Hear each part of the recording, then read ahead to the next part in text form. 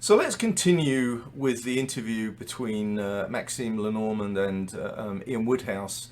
This is Minds Behind Maps, and it was a long interview around SAR. It's radar from above, from space, essentially.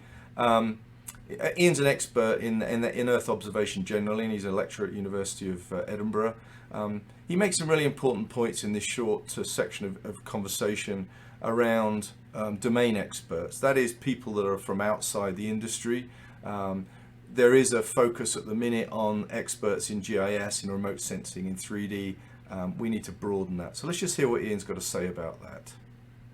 But I think there's a stage where we've got to get more people engaged with the data. So the domain experts, and that's foresters, it's lawyers, it's vets, it's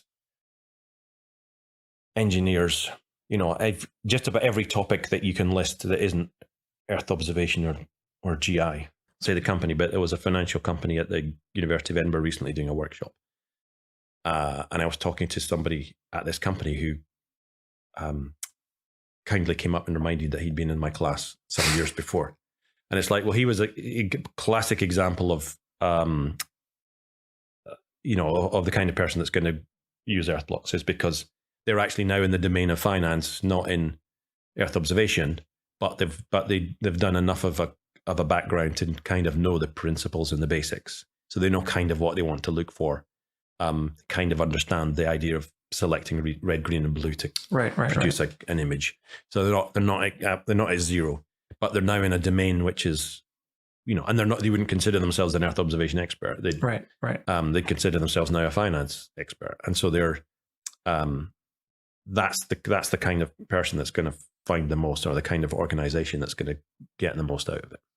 I really like the point that the points that Iain's making there about bringing in domain experts, people from forestry, engineering, etc. My fear is that historically we've seen remote sensing over here, we've seen GIS over here, we've seen this evolution of 3D over there, we've got real-time data over there. They're all in different sort of worlds. I'm beginning to observe this all coming together.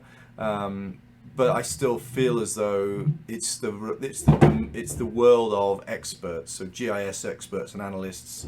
There is a slow bleeding out of this to the wider audience, but not very much.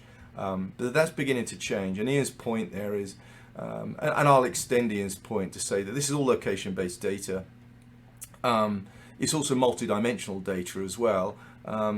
How do we bring folks in that are from outside the expert fields that we know, those of us that have done sort of specifically GIS master's degree in my case, how do we bring a wider audience in and make this data available to everybody and have everybody be able to use this data to effectively do the things that they know specifically about? So I think it's really important what he's saying there, and I think that really the future of geospatial is really hinging on some of the stuff that Iain's talking about in this particular conversation.